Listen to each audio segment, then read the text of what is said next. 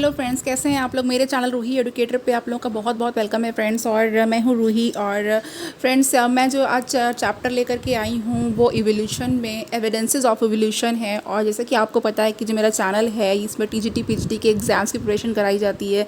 और प्लस आपके जो साइंस के हैं जैसे कि आपका DSSB नेचुरल साइंस का जो पेपर है, प्लस आपका टीजीटी का जो साइंस का पेपर होता है, KVS और NVS का जो भी रिलेटेड एग्ज़ाम्स हैं वो मैं अपने चैनल पे प्रिपरेशन कराती हूँ फ्रेंड्स। तो आप जितने भी लोग हैं जिन्होंने मेरे चैनल को ज्वाइन किया है, जो सब्सक्राइबर हैं उनको थैंक यू। और जितने लोगों ने नहीं ज्वाइन किया है फ्रेंड, वो प्लीज़ ज्वाइन कर लीजिए और सब्सक्राइब कर लीजिए, जिससे कि आपको तुरंत वीडियो के अपलोड्स एंड नोटिफिकेशन मिलते रहें। तो चलिए हम लोग स्टार्ट कर देते हैं फ्रेंड्स। ये एविडेंस ऑफ इवोल्यूशन से है। और जो पहला क्वेश्चन है, Haeckel's theory of recapitulation biogenetic laws means that. देखिए फ्रेंड्स, जो हैकल ने एक थ्योरी दी थी जिसको कि रिकैपिटुलेशन थ्योरी कहते हैं और बायोजेनेटिक लॉ भी कहते हैं, तो इस पे भी क्वेश्चन बेस्ड है। और ऑप्शन है हमारे पास A, all organisms starts as an egg. B, life history of an animal reflects its evolutionary history. C option है, progeny of an organisms resembles its parents. And D option है हमारे पास, body parts once lost are regenerated. तो देखिए friends, ये जो theory of recapitulation है ये मैंने अपने जो पहले लेक्चर अपलोड किया हुआ है, जो पहले मैंने लेक्चर बनाया हुआ है उस पर आप देख सकते हैं। उसमें भी मैंने बहुत अच्छे से एक्सप्लेन किया है पूरी थ्योरी को, और आज मैं फिर एक्सप्लेन करने जा रही हूँ। तो देखिए फ्रेंड, ये जो थ्योरी है ये आपको पता है, इसको बायोजेनेटिक लॉ कहते हैं। हैकल्स ने इसको दिया था और इसमें ये कहा गया है कि जो ऑन्टोजेनी है वो फाइलोजेनी को रिकैपिटुलेट्स करती है, यानी कि ऑन्टोजेनी रिकैपिटुलेट्स फिलोजेनी। तो यहाँ पे समझ लीजिए, ऑन्टोजेनी रिकैपिटुलेट्स फिलोजेनी। ओके, तो ये यहाँ पर है फिलोजेनी। ओके, ऑन्टोजेनी रिकैपिटुलेट्स फिलोजेनी ये कहती है ये। और इसका क्या मतलब हुआ? इसका मतलब ये हुआ कि जो कोई भी इंडिविजुअल जब उसका डेवलपमेंट होता है और जो भी उसका एम्ब्रियोनिक डेवलपमेंट होता है, तो वो अपने डेवलपमेंट में अपनी जो एंसेस्टर्स होते हैं, अपने जो पूर्वज होते हैं, उनकी हिस्ट्री को, उनके इतिहास में कहीं ना कहीं जो है उसको रिपीट करता है। तो फॉर एग्जाम्पल, जैसे कि जो ह्यूमन एम्ब्रियो है उसमें डॉर्सल होलो नर्व कॉर्ड, मैं यहाँ पे लिखती जा रही हूँ फ्रेंड्स, आप लोग उसको ध्यान दीजिएगा। इसमें आपका डॉर्सल हॉलो नर्व कॉर्ड होती है, प्लस आपका यहाँ पे एक well developed notochord and series of gill slits. Okay, ये सारी चीज़ें प्रेजेंट होती हैं जो कि फंडामेंटल कॉर्डेट्स कैरेक्टर्स होते हैं। ओके, ये फंडामेंटल कॉर्डेट्स कैरेक्टर हैं। और जो आपका इसके अलावा जो आपका फिश का हार्ट होता है जिसको पीसियन हार्ट बोलते हैं, पेयर्ड एरोटिक आर्क्स होते हैं, ये सारी चीज़ें होते हैं, ये फ़िश के एम्ब्रियो में होते हैं। ओके, ये फ़िश के एम्ब्रियो से रिजेंबल करते हैं। नाउ अब यहाँ पे देखिए फ्रेंड, ये जो है ये क्या सपोर्ट करती है? ये रिकैपिटुलेशन की थ्योरी को सपोर्ट करती है कि जो आपके जो ऑफस्प्रिंग होते हैं या तो फिर जनरेशन्स होती हैं, वो अपने पहले पूर्वजों की जो है जनरेशन्स में जो पहले हमारे पूर्वज होते थे उनके कोई ना कोई कॉर्डेड कैरेक्टर्स को या कोई भी कैरेक्टर्स है उसको रिपीट करते हैं। नेक्स्ट हमारे पास है, अब यहाँ पे देखिए हम लोग इसका ऑप्शन पहले ले लेते हैं, देन आगे डिस्कस करेंगे। तो यहाँ पे अगर हम लोग ऑप्शन की बात करें तो इसमें जो फर्स्ट है उसका बी बिल्कुल करेक्ट हो जाएगा कि जो लाइफ हिस्ट्री होती है किसी भी एनिमल की, वो एवोल्यूशनरी हिस्ट्री को रिफ्लेक्ट करती है। ओके, अपने एवोल्यूशनरी हिस्ट्री मतलब कि जिससे उसका एवोल्यूशन हुआ है। नेक्स्ट क्वेश्चन की तरफ बढ़ते हैं फ्रेंड्स। नेक्स्ट क्वेश्चन में हमारे पास आ जाएगा यहाँ पे, देखिए ये जो नेक्स्ट क्वेश्चन है 2 वाला, इसमें क्या है, which one of the following groups are not analogous organs. तो देखिए यहाँ पे फ्रेंड्स, अब हम लोग जो बात करने वाले हैं वो एनालॉगस ऑर्गन की बात करेंगे। तो यहाँ पे पूछा जा रहा है कि ऐसा कौन सा ग्रुप है जो एनालॉगस ऑर्गन नहीं है। तो ऑप्शन ए है wings of birds and wings of a butterfly. B option है eye of octopus and eye of mammals. C flippers of penguin and flippers of dolphin. D thorns of bougainvillea and tendrils of cucurbita. E tuberous root of sweet potato and stem tuber of potato. तो यहाँ पे देखिए friends, अब आप लोग जो है आप लोगों ने होमोलॉगस एंड एनालॉगस ऑर्गन तो पढ़ा ही है। ओके, तो जो एनालॉगस ऑर्गन होते हैं उनके क्या कैरेक्टर होते हैं और जो होमोलॉगस ऑर्गन्स होते हैं उनके क्या कैरेक्टर होते हैं। तो देखिए जो एनालॉगस ऑर्गन होते हैं फ्रेंड, उसमें होता क्या है कि वो जो उनका ओरिजिन होता है, यानी कि वो जिससे ओरिजिनेट होते हैं वो तो डिफरेंट होता है, लेकिन जो उनके फंक्शंस होते हैं, उनका जो कार्य करने का जो मेथड होता है, फंक्शन होता है, वो सेम होता है। ओके, तो यहाँ पे हमारे पास अगर मैं दिए हुए ऑप्शंस की बात करूँ तो जो सेकंड है उसका यहाँ पे डी बिल्कुल करेक्ट हो जाएगा। ओके, तो डी है कि थॉर्न्स ऑफ बोगनवेलिया, बोगनवेलिया के थॉर्न्स और जो टेंड्रिल्स हैं कुकुरबिटा के, ये एनालॉगस ऑर्गन्स नहीं हैं। लेकिन अगर हम पहले ऑप्शन की बात करें तो जो बर्ड्स के विंग्स होते हैं और जो बटरफ्लाई के विंग्स होते हैं, दोनों ही उड़ने का काम करते हैं, लेकिन इनकी उत्पत्ति या फिर जो इनका ओरिजिनेशन है, ओरिजिनेट जो हुए हैं, ये आपके डिफरेंट पार्ट्स से हुए हैं। बी की बात करें तो जो ऑक्टोपस की आई है और जो आई ऑफ मैमल है, ओके, दोनों ही जो है ये आपके एनालॉगस ऑर्गन होंगे, मैमल की भी आई और ऑक्टोपस की भी आई। और जो पेंगुइन्स होते हैं उनके जो फ्लिपर्स होते हैं, जिससे फ्लिप कर सकती हैं, वाटर में भी जा सकती हैं, और जो डॉल्फिन के फ्लिपर्स होते हैं, ये दोनों ही सेम फंक्शन करते हैं। ओके, यानी जो एनालॉगस ऑर्गन होते हैं उनके फंक्शन सेम होते हैं, बट उनकी ओरिजिनेशन जो ओरिजिनेट होते हैं ये डिफरेंट होते हैं, अलग होते हैं। नेक्स्ट हम लोग अगर बात करेंगे तो यहाँ पे देखिए कौन सा क्वेश्चन आ जाएगा। यहाँ पे कनेक्टिंग लिंक क्वेश्चन आ गया कि connecting link between Annelida and Mollusca. तो देखिए कनेक्टिंग लिंक, कोई भी ऑर्गेनिज्म जो कनेक्टिंग लिंक होता है, सपोज अगर वायरस है तो वो लिविंग और नॉन लिविंग के बीच की कनेक्टिंग लिंक है। ओके, तो वायरस में क्या होता है, वायरस वैसे तो नॉन लिविंग रहता है, पार्टिकल के फॉर्म में होता है, ठीक है। और ये जो प्रोटीन पार्टिकल्स होते हैं, आपको पता है इनका अपना जो है एक न्यूक्लिक एसिड होता है, चाहे आरएनए के बने होंगे या तो डीएनए के बने होंगे, लेकिन जैसे ही ये लिविंग मशीनरी में पहुंचते हैं, किसी भी लिविंग ऑर्गेनिज्म में पहुंचते हैं, इंटर करते हैं लिविंग सेल में, वैसे ही ये धड़ाधड़ बिल्कुल रेप्लिकेशन इनका स्टार्ट हो जाता है, और इतने ज़्यादा रेप्लिकेशन हो जाते हैं कि ऐसा लगता है कि कभी ये डेड थे ही नहीं। तो नाउ ये अब यहाँ पे देखिए जो एनालिडा है, एनालिडा की अगर हम बात करें तो इसका एग्जाम्पल अर्थवर्म हो जाता है, अगर मोलस्क की बात करें तो इसका एग्जाम्पल स्नेल हो सकता है, ठीक है। तो ए जो है नियोपिलाइना है, B nautilus, C glochidium larva and D है वेलिजर लार्वा।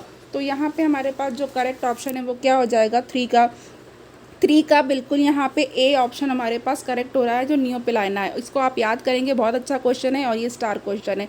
और इसके पहले का जो क्वेश्चन है फ्रेंड, इस पर भी स्टार कर रही हूँ, ये भी आपका इंपॉर्टेंट क्वेश्चन है। एनालॉगस होमोलॉगस ऑर्गन के बारे में भी क्वेश्चन आता है इवोल्यूशन में।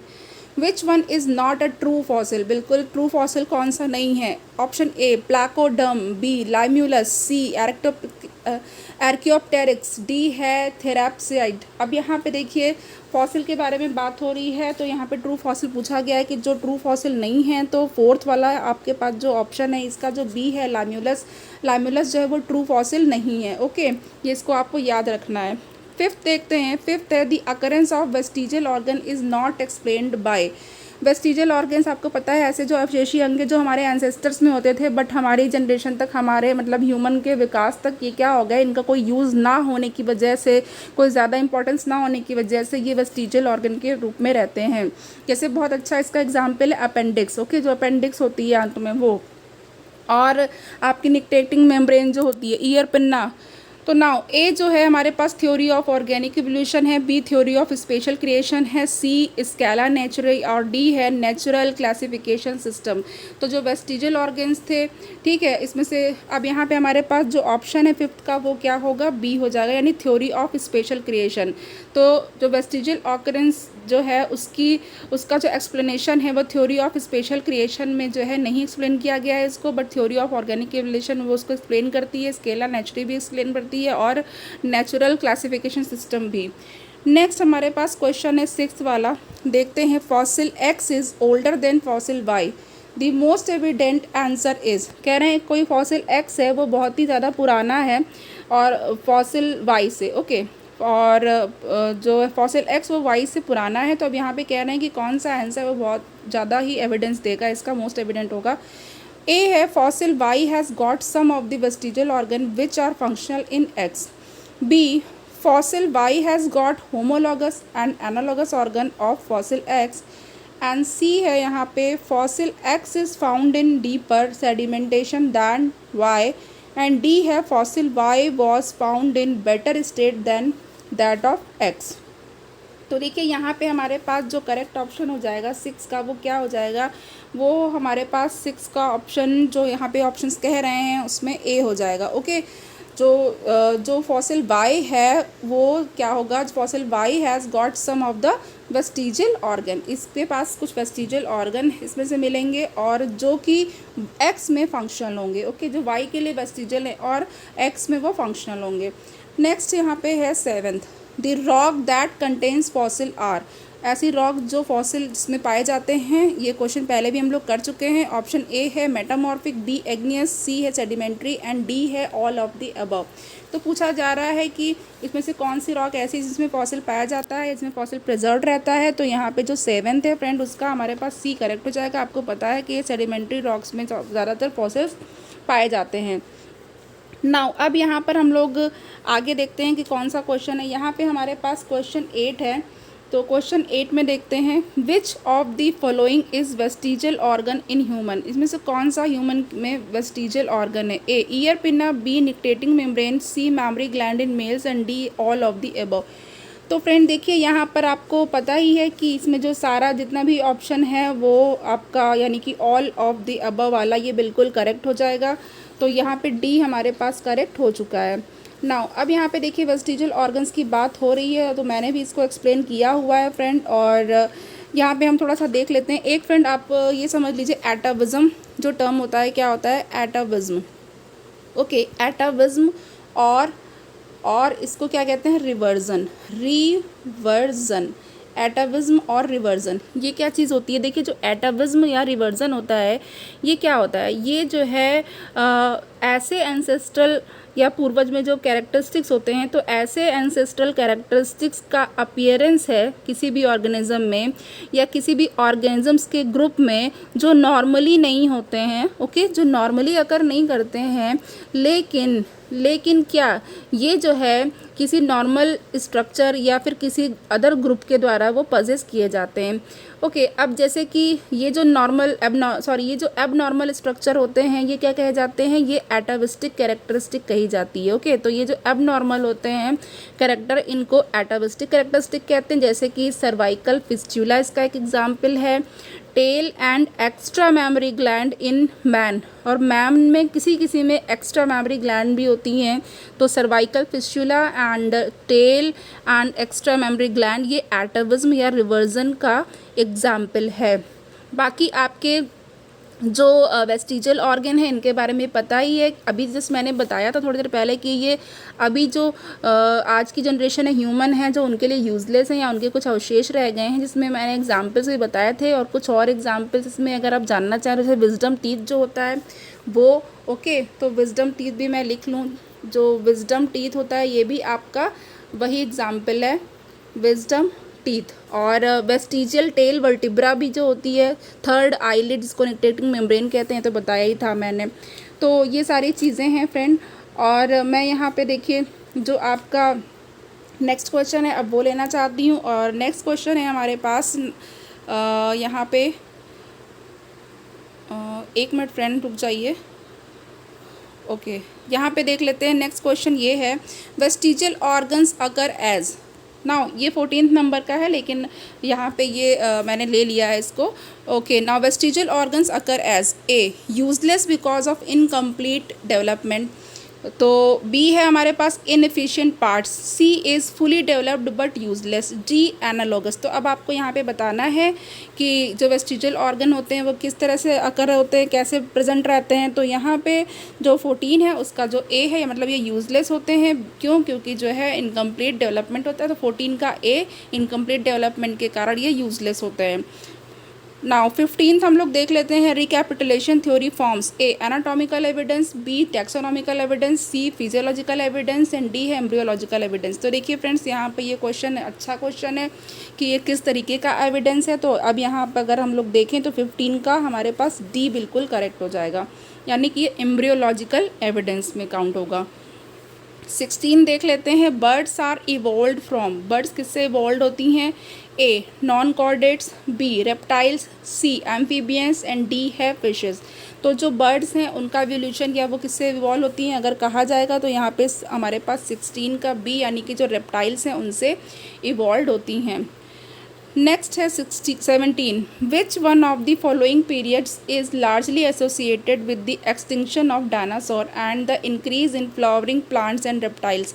बहुत अच्छा क्वेश्चन है, ये भी मैंने अपने पहले के लेक्चर में बताया हुआ है, सारे एराज और पीरियड्स भी बताए थे, और कौन सा एरा और पीरियड किस लिए फेमस है भी बताया हुआ है, आप उसको प्लीज़ ज़रूर देखिएगा। A Jurassic, B Triassic, C Cretaceous and D Permian. तो देखिए फ्रेंड, यहाँ पे जो हमारे पास करेक्ट ऑप्शन हो जाएगा, आप सभी लोग पहचान गए होंगे, ये यहाँ पे 17 का सी जो बिल्कुल करेक्ट हो जाएगा। ये जो क्रिटेशियस है इसमें होगा। ओके, इसमें डायनासोर का एक्सटिंक्शन हो गया था और फ्लावरिंग प्लांट्स एंड रेप्टाइल्स वो इंक्रीज़ हो गए थे। और जो जुरासिक पीरियड होता है फ्रेंड, जुरासिक जो है वो एज ऑफ रेप्टाइल्स कही जाती है। नाउ यहाँ पे डायनासोर अराइज हुए थे। 18th है, the given figure shows an example of. Now अब यहाँ पे एक फिगर दे रखा है, इसमें कहा गया है कि इसमें कैसा एग्जाम्पल है। ऑप्शन देख लीजिए यहाँ पे आपको क्या मिलेंगे, फ्लाइंग फैलेंजर्स मिलेंगे, यहाँ पे तस्मानियन वुल्फ हैं, ये है बैंडेड एंट ईटर्स, मार्सुपियल रैट, और ये यहाँ पे ऑस्ट्रेलियन मार्सुपियल्स के बारे में है, और ये कंगारूज एंड ये कोआला। नाउ इतना आपने अभी देख लिया, अब देखते हैं क्वेश्चन क्या कह रहा है। क्वेश्चन पूछ रहे हैं, ऑप्शन में है हमारे पास divergent evolution, B recapitulation, C parallel evolution and D है कन्वर्जेंट इवोल्यूशन। तो नाउ देखिए यहाँ पे पूछा गया है कि ये किसका एग्जाम्पल है। तो यहाँ पे अगर मैं आपको आंसर बताऊँ तो 18 का हमारे पास जो ए डाइवर्जेंट इवोल्यूशन है वो बिल्कुल करेक्ट हो जाएगा। फ्रेंड्स, अभी मैं आपको थोड़ी देर में एक्सप्लेन भी करूँगी कई सारी चीज़ें, ठीक है, कि आपका जो डाइवर्जेंट इवोल्यूशन है, कन्वर्जेंट इवोल्यूशन है, ये सारी चीज़ें मैं बताऊँगी। तो चलिए अभी मैं आपको आगे ले चलती हूँ। आगे है palaeontological evidences for evolution refers to the. Okay, अब पैलियोंटोलॉजी आप जानते हैं जिसमें हम लोग जीवाश्म का अध्ययन करते हैं। तो ऑप्शन ए है development of embryo, B homologous organs, C fossils and D है एनालॉगस ऑर्गन्स। तो आप यहाँ पे जान चुके होंगे, इसका जो आंसर है ये है सी यानी फॉसिल्स। 19 के बाद हम लोग अब यहाँ पे लमार्किज्म आ गया है। तो लमार्किज्म के क्वेश्चंस करने से पहले मैं आपको जो है बताना चाहती हूँ कुछ, उसको ध्यान से सुनिएगा फ्रेंड। देखिए, जो कन्वर्जेंट इवोल्यूशन या एडाप्टिव कन्वर्जेंस भी जिसको कहते हैं, देखिए एडाप्टिव कन्वर्जेंस इस नाम से भी आप इसको जानिए, कन्वर्जेंस, और इसको हम लोग पैरेलल इवोल्यूशन भी कहते हैं। क्या कहते हैं? Parallel evolution. तो ये यहाँ पे पैरेलल इवोल्यूशन भी हो गया। थ्री नेम्स आपको पता चल गए। कौन सा? एक तो है आपका कन्वर्जेंट इवोल्यूशन, और क्या कह सकते हैं इसको? एडाप्टिव कन्वर्जेंस, और क्या कह सकते हैं इसको? Parallel evolution. ओके, तो अब ये है क्या? अब यहाँ पे देखिए, जैसे कि आपके फ्रेंड्स सिमिलर बॉडी शेप होगी, ठीक है, एनिमल्स की, और रिलेटेड ग्रुप के जो एनिमल्स होते हैं वो सिमिलर बॉडी शेप्स के जो होते हैं, ठीक है, वो क्या रिप्रेजेंट करते हैं? वो एक फिनोमेना को रिप्रेजेंट करते हैं जिसको कन्वर्जेंट इवोल्यूशन कहते हैं। और इसमें ये है क्या क्या, जैसे कि वेल्स हैं और उनके रिलेटिव्स, ओके, और जैसे कि कुछ एक्सटिंक्ट रेप्टाइल्स हैं लाइक एक्थियोसॉरस है, और इसमें क्या था, जो फिश लाइक बॉडी थी और इनके जो लिम्स थे वो फिन्स में मॉडिफाइड हो गए थे या फ्लिपर्स में मॉडिफाइड हो गए थे। तो इसलिए इनको कहा गया कि ये जो रिलेटेड हैं और ये क्या शो कर रहे हैं, ये कन्वर्जेंट इवोल्यूशन शो कर रहे हैं। ओके, अब यहाँ पे जो विंग्स ऑफ बी है, now wings of bee and bird के जो है विंग्स, एंड आपके जो है ये जो दोनों हैं विंग्स ऑफ बीज और बर्ड के, ओके, तो ये क्या है, दोनों ही उड़ने का काम करते हैं, लेकिन जो इनका ओरिजिन है वो अलग है। तो ये एडॉप्टिव कन्वर्जेंस को शो करते हैं। क्या करते हैं? एडॉप्टिव कन्वर्जेंस को शो करते हैं। नाउ अब यहाँ पे मैं एक चीज़ आपको और बताना चाहूँगी। देखिए, कनेक्टिंग लिंक्स के बारे में कुछ बताना चाहती हूँ, लिख लीजिए कनेक्टिंग लिंक्स कौन कौन सी हैं। तो वायरसेस के बारे में मैंने बता चुकी हूँ, पेरीपेटस। नाउ पेरीपेटस आप समझिएगा ये किसके किसके बीच की है, ये है Annelida and Arthropoda, okay, Arthropoda के बीच की, ऑर्थ्रोपोडा। तो एनिलिडा का आप फेमस मेंबर जानते ही हैं, अर्थवर्म है, ऑर्थ्रोपोडा का भी जानते हैं, कॉकरोचेस यानी पेरिप्लैंटा अमेरिकाना है, और भी, ये तो मतलब सिर्फ मैं एक एग्जांपल बता दे रही हूँ। तो ये जो पेरीपेटस है ये इन दोनों ही फाइलम के, इन दोनों ही फाइलम के जो ऑर्गेनिजम्स हैं उनकी कैरेक्टरिस्टिक्स को जो है ये बताता है। ओके, ये क्या करता है, फाइलम एनालिडा एंड आर्थ्रोपोडा दोनों के ही कैरेक्टरिस्टिक्स को एग्जिबिट करता है। अब नेक्स्ट आप लिखिए नियोप्लाइना। नियोप्लाइना जो है वो क्या है, ये आपका मोनोप्लाकोफोरा फाइलम में है। किस फाइलम से बिलोंग करता है, मोनोप्लाकोफोरा। ये मोनोप्लाकोफोरा फाइलम से बिलोंग करता है, ठीक है। और ये जो है ये जो है जो नियोप्लाइना है वो क्लास मोनोप्लाकोफोरा से बिलोंग करता है। सॉरी फ्रेंड, ये क्लास है और जो इसका जो फाइलम होता है वो होता है मोलस्का। ओके, ये मोलस्का फाइलम से बिलोंग करता है। मैं थोड़ा यहाँ पे कंफ्यूज हो गई थी। तो ये मोलस्का फाइलम से बिलोंग करता है एंड क्लास है इसकी मोनोप्लाकोफोरा। और ये किसके किसके बीच की कनेक्टिंग लिंक है, नियोप्लाइना एनालिड्स एंड मोलस्क की। ये एनालिड्स एंड मोलस्का के बीच की कनेक्टिंग लिंक है। ओके, नाउ नेक्स्ट आपका लिखिए लंगफिश। अब देखिए लंगफिश के बारे में क्या है। जो लंगफिश है ये क्या होती है, ये आपकी जो कनेक्टिंग लिंक है किसके किसके बीच की, फिश एंड एम्फीबियन। ये फिश और एम्फीबियन दोनों के ही कैरेक्टरिस्टिक को बिलोंग करती है। ओके, अब यहाँ पे एक और आपका मैं बता दूँ, आपका समझ गए होंगे आप मैं किसके बारे में बात कर रही हूँ, प्रोटोथीरिया। नाउ प्रोटोथीरिया जो हैं ये एग लेइंग मैमल्स हैं, एग लेइंग मैमल। ओके, अब मैमल तो एग देते नहीं है लेकिन ये एग लेइंग मैमल हैं। और इसमें जो एग्जाम्पल हैं फ्रेंड्स उसमें एकिडना एंड ऑर्निथोरिंकस। ओके, एकिडना ऑर्निथोरिंकस हैं। और ये क्या है, ये जो है लिविंग, यही केवल ओनली लिविंग प्रोटोथीरियंस हैं और इनकी जो क्लास है वो मेमेलिया है फ्रेंड। और ये रेप्टाइल्स एंड मैमल के बीच की कनेक्टिंग लिंक्स हैं, रेप्टाइल्स एंड मैमल्स। ये रेप्टाइल्स एंड मैमल्स के बीच की कनेक्टिंग लिंक है। ओके, अब यहाँ पे फ्रेंड डार्विन के फिंचेस पे क्वेश्चन आता है। तो देखिए जो डार्विन के फिंचेस, ये तो मैं डार्विन के बारे में जब बताऊंगी तो उसमें बता दूंगी, लेकिन फिर भी आज मैं थोड़ा सा बता देती हूँ। जो डार्विन जो थे, क्या कहते हैं, जो डार्विन की फिंचेस हैं वो वो एडाप्टिव रेडिएशन का बहुत अच्छा एग्जाम्पल है, एडाप्टिव रेडिएशंस का। ओके, एडाप्टिव रेडिएशन का अगर कोई आपसे बेस्ट एग्जाम्पल पूछे तो आप क्या बताएंगे, डार्विन्स फिंचेस। ओके, नाउ तो अब यहाँ पे होता क्या है, जो डार्विन फिंचेस जो थी वो कैसी थी और क्या है इसकी जो मतलब इसकी जो क्वालिटी है, इसकी कैरेक्टरिस्टिक है। तो देखिए जो डार्विन की फिंचेस थी फ्रेंड वो जो है ये जो सीड ईटिंग फीचर्स हैं इसमें। ओके, ये सीड खाती थी, सीड ईटिंग फीचर्स थे। और जो कुछ अलग दूसरे भी फॉर्म्स थे जिसमें क्या हुआ था, जिसमें कि कुछ डिफरेंट फॉर्म्स के डिफरेंट प्रकार की जो है वो बीक वो अराइज हो गई थी। ओके, डिफरेंट तरह के उनको बीक्स दिखाई दी डार्विन को। और डार्विन गैलापागोस आइलैंड पे गए थे, वहाँ पर इनको ये फिंचेस मिली थी। तो अब ये जो इनकी जो बीक्स थी वो ऐसी हो गई थी जिससे कि ये इंसेक्टिवोरस हो गई थी और वेजिटेरियन फिंचेस थी। तो अब जो एवोल्यूशन का प्रोसेस हुआ तो उसमें क्या हुआ, एवोल्यूशन के प्रोसेस में जिस भी ये जियोग्राफिकल एरिया में वहाँ पर थी, तो अब हुआ क्या वहाँ पे, फिर वहाँ से फिर जो इनका हैबिटेट था धीरे धीरे फिर वहाँ से कहीं और भी गई। और इस तरीके से फिर इन्होंने जो एक कैरेक्टरिस्टिक शो किया और एडाप्टिव रेडिएशंस के अंडर इनको हम लोग स्टडी करते हैं। तो यहाँ पे और जो ऑस्ट्रेलियन मार्सुपियल्स हैं, ऑस्ट्रेलियन मार्सुपियल्स के बारे में भी समझ लीजिए, ये भी एग्जाम्पल जो है ये एडाप्टिव रेडिएशन का एग्जाम्पल है। जो बहुत सारे नंबर ऑफ मार्सुपियल्स हैं वो एंसेस्ट्रल, उसमें जो है एंसेस्ट्रल स्टॉक से जो है वो पैदा हुए थे, एंसेस्ट्रल स्टॉक से इवॉल्व हुए थे।